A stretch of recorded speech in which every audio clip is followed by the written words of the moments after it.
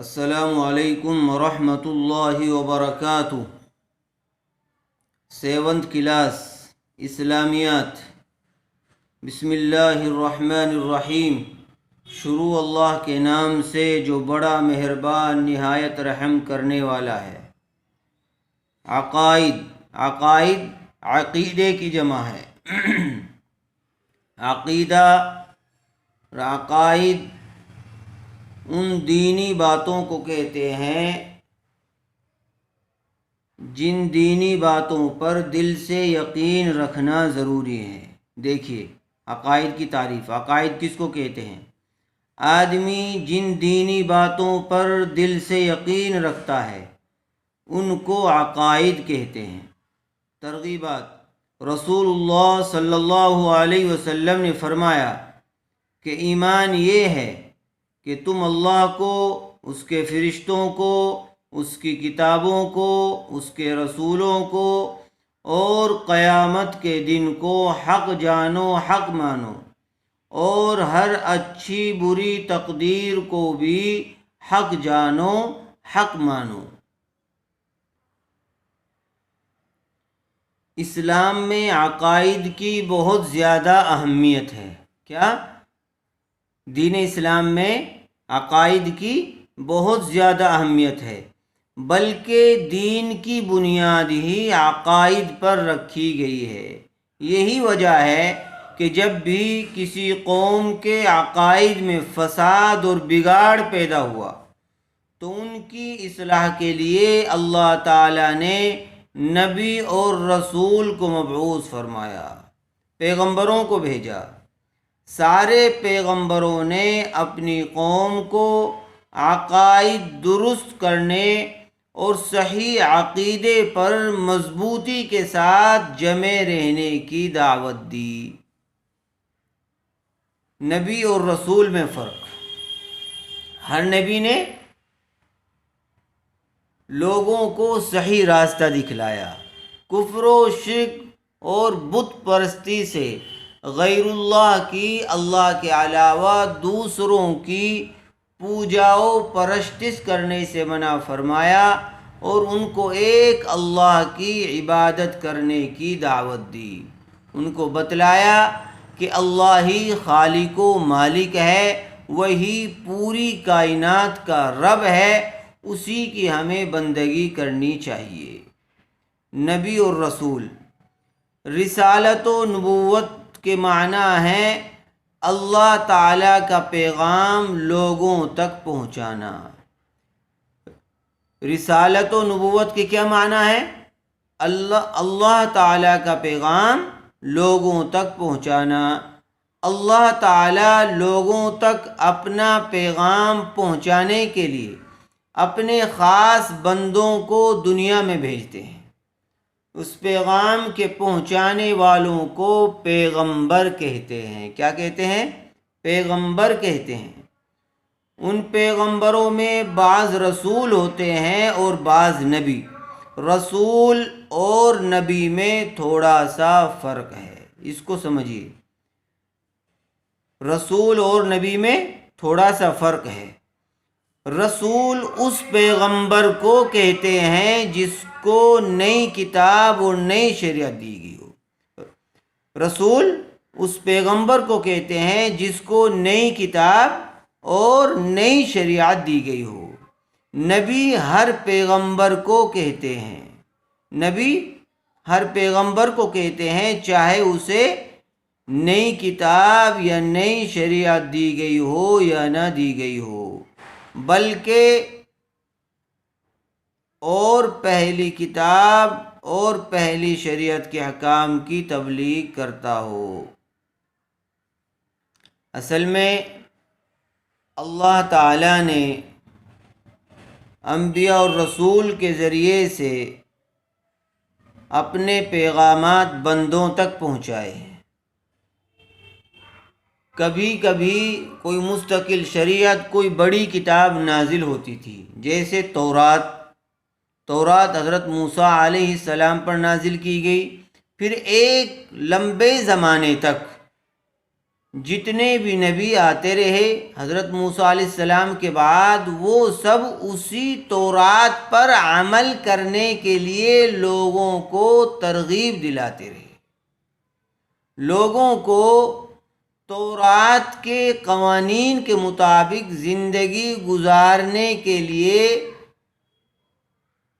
تلقین کرتے رہیں کہ سب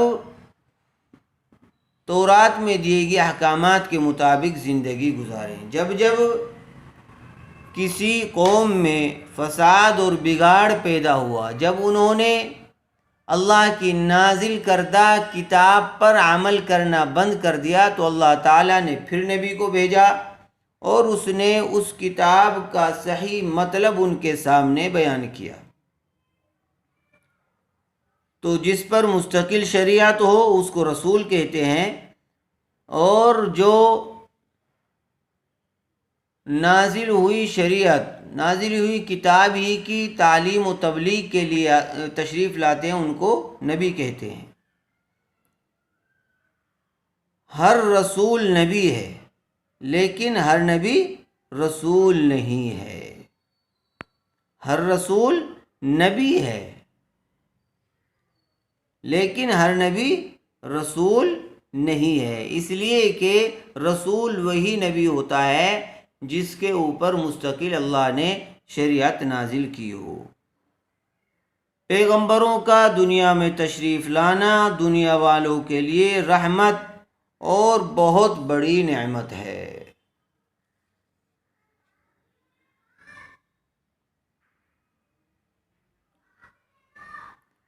پیغمبروں کا دنیا میں تشریف لانا دنیا والوں کے لیے رحمت اور بہت بڑی نعمت ہے۔ اگر اللہ تعالیٰ نبوت و رسالت کا سلسلہ جاری نہ فرماتا تو انسان نہ تو اپنے پیدا کرنے والے کو پہچان سکتا، نہ اسے اپنی زندگی کے مقصد کا پتہ چلتا، نہ اسے بھلے برے کی تمیز ہوتی، اور نہ ایک دوسرے کے حقوق کو پہچان سکتا۔ یہ کہ اللہ تعالیٰ کی مرضی کیا ہے، اللہ تعالیٰ ہم سے کیا چاہتے ہیں، وہ اللہ نے نبی کے ذریعے سے ہم تک اپنا پیغام پہنچایا ہے۔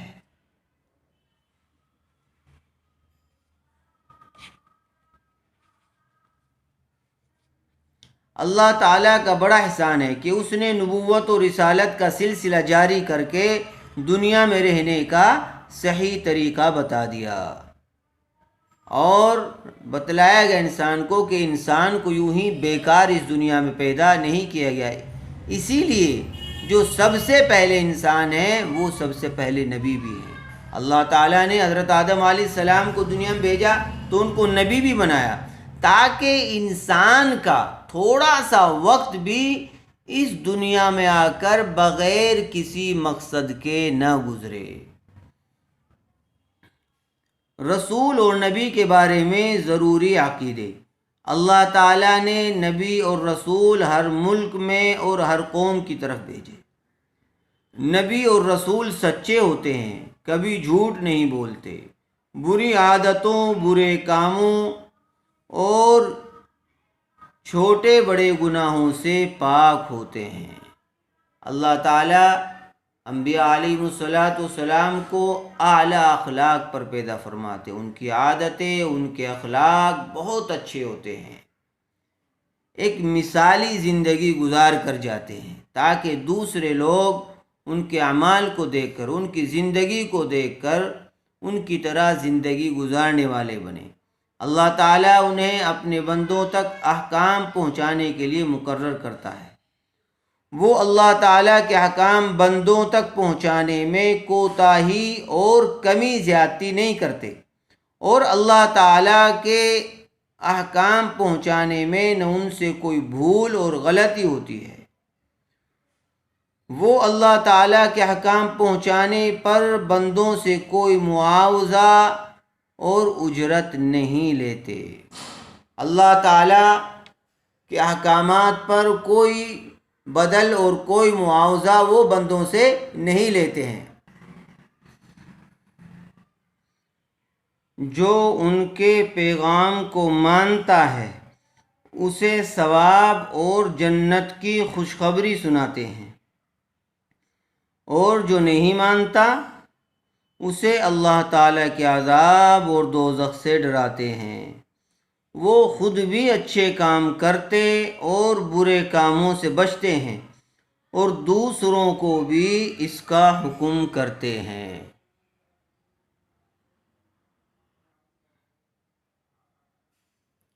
اللہ تعالیٰ انہیں معجزے عطا کرتا ہے۔ اللہ تعالیٰ انہیں غیب کی بہت سی باتیں بتاتا ہے۔